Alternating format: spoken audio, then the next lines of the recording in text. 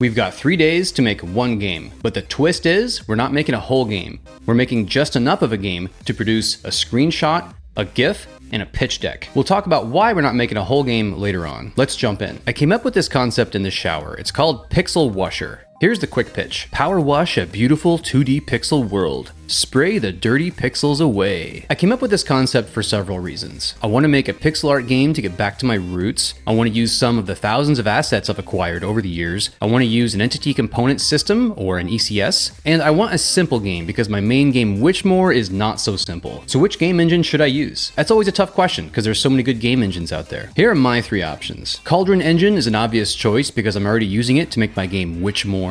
It's full-featured, robust, and in active development. The problem is that it's not set up for pixel art, and I kind of want something different from my side projects to avoid burnout. Godot is like an open-source version of Unity, and I really want to try it, but it would slow me down because I'd have to learn the whole engine, and I just want to make the game. Lastly, I'm just calling this Matt's ECS. This is a little HTML5 JavaScript game engine I play around with sometimes for fun.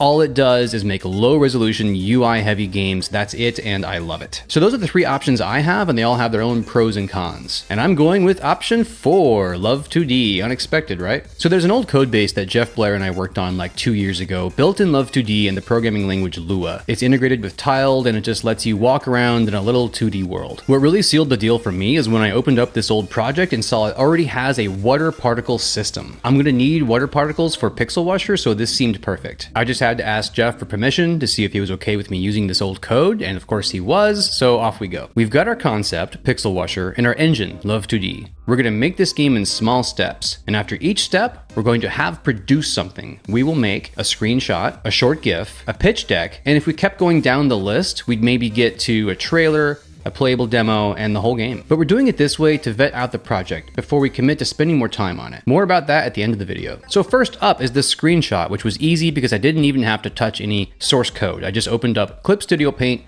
and started cobbling assets together from various bundles I've purchased or downloaded for free. Of course, I drew my own stuff when I needed to. For example, I needed a power washing gun, which I have never seen in any of the hundreds of asset packs I've acquired over the years. And here it is, our screenshot. This screenshot has a big job. It's got to show at least these 4 things. Pretty pixels, some pixels are dirty, the player washing the dirty pixels, and it needs to make pixel washing look really fun. So what do you think? Does this screenshot sell those 4 points? Does the screenshot make you want to play the game or pass on it? Next up is the short GIF. For this, we're going to need some real game development. This boils down to 5 steps. Get reacquainted with the build and content pipeline, implement dirty sprites, skin the game with new sprites and content, implement cleaning via a power washing water gun, and then polish it all up. So let's start with setting up the content pipeline. At first, I didn't even have Love 2D or Tiled installed. Fortunately, they're both open source, so I downloaded them quickly and was able to get the game up and running easily. Now, getting the game to run is one thing, but being able to change or add new content without stuff breaking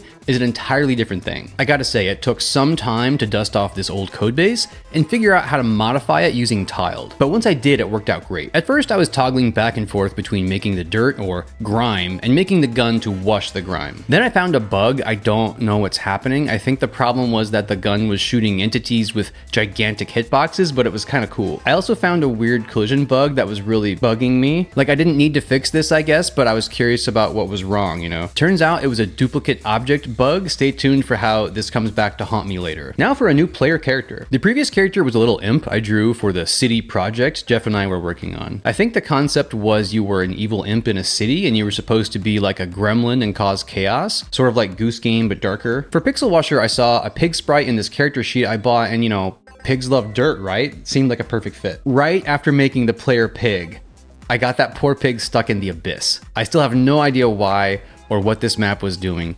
To fix it, I ended up scrapping the whole map and starting from scratch. Meanwhile, check out this weird triple pig bug. 3 little piggies. I had no idea why at this point, but it kind of created this little mini game. Like, I swear I've played this puzzle game before, haven't you? Accidentally separating the pigs made me want to bring them back together again, creating a little unexpected game for me to play. It's a pretty fun little game. I mean, bug. Pig dance! So after several hours of figuring out how to do things and setting up the content pipeline, I got to work designing a little city. This was really fun, and I have a strategy I recommend here. When you first use a new asset pack, see if it has an example map. If it does, make that map the first thing you create. Whoever made the assets also often made the example. They know how to use the tiles they made and put thoughtful design into the example map. So I use the example as a starting point. Obviously you can and should deviate from it, but it helps get over that blank canvas problem, you know? So now that I got this new pig, this new city map, this power washing gun, and a few grimy trees that I can clean, there's a win condition. Clean all the trees to win. We've got a game, baby. Next up, I want the GIF to showcase a very large, cool looking building, so let's add that. After I stuck that in the game, it made my gun look puny, so I wanted to beef that up. I again stagger back and forth between working on the grime and the gun to shoot the grime. Naturally, there are bugs everywhere. Some are easy to fix, and others are not, like the collision of the cleaner and the grimy buildings. For some reason, I had a problem in Love 2D with regards to world space. The spray collisions were feeling a bit janky, and debugging it was taking too much time, so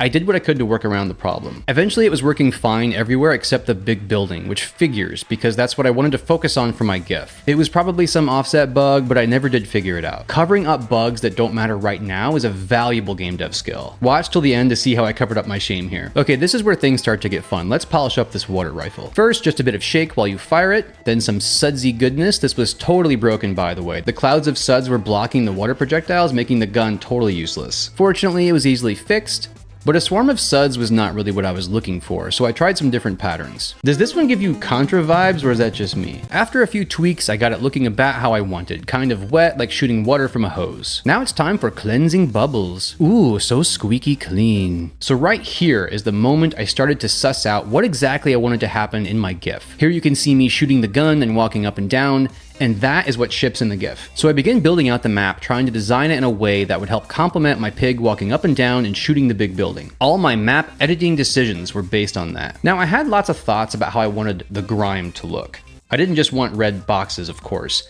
I wanted it to be cool looking and also make you want to clean it. I was thinking of Mario Sunshine's goop that you gotta clean up. Looks pretty cool, but sometimes you just gotta go with what's easiest, and random noise is always easy. So here's the effect. It couldn't be much simpler. There's some logic which checks that the grime only draws over actual sprite pixels. It's kind of like a layer mask. Then the grime is randomly one of two colors. In the end, I went with one is reddish and the other is blackish. I tried some different colors, then just went back to where I started because I think it looks good enough. Lastly, I added this pulse effect, which raises and lowers the opacity of the grime pixels over time. Now that our grime isn't just a boring red box, let's spread it out all over the sections of the map that we'll see in the GIF. There's no point in doing it everywhere because nobody will see it. I quickly drew up some splatters and splattered them all around town. Then I thought I would add some UI to make it feel more like a real game, you know, but does this game have any UI? It's a chill, relaxing game. There's no time limit. There's no ammo. Maybe some UI eventually, but why force it? So I just put the title of the game in there instead and kind of liked it. As promised, here's that part where I cover my shame. I added extra white particle walls to help cover up the unattractive solid red line.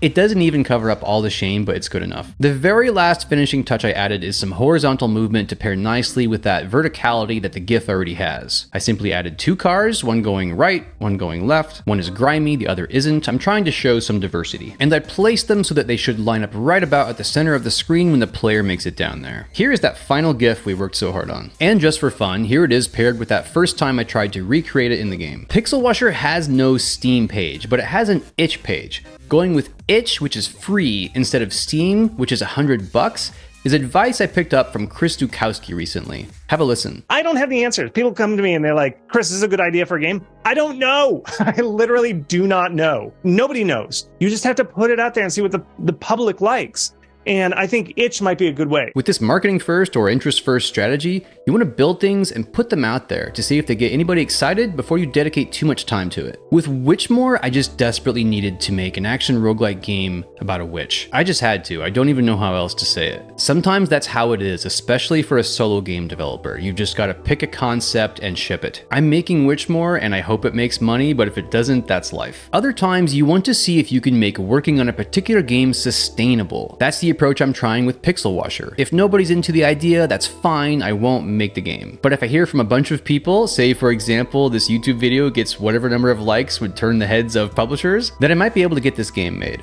On that note, I do have a pitch deck, so if you're a dev fund, investor, or publisher, give me a call. Here are some closing thoughts for your own projects. Do you need to build the whole game, or can you start smaller? Pick your one single best screenshot. Does it sell your game? Or does it rely on help from the other screenshots? Try to make each screenshot as strong as possible. Lastly, make a 3 to 5 second GIF of gameplay from your game that you have a hard time not watching over and over. Next, try it on your friends. How many times do they watch before stopping? Thanks for watching. Before you go, like, subscribe, and pick up a copy of my book, How to Make a Video Game All by Yourself.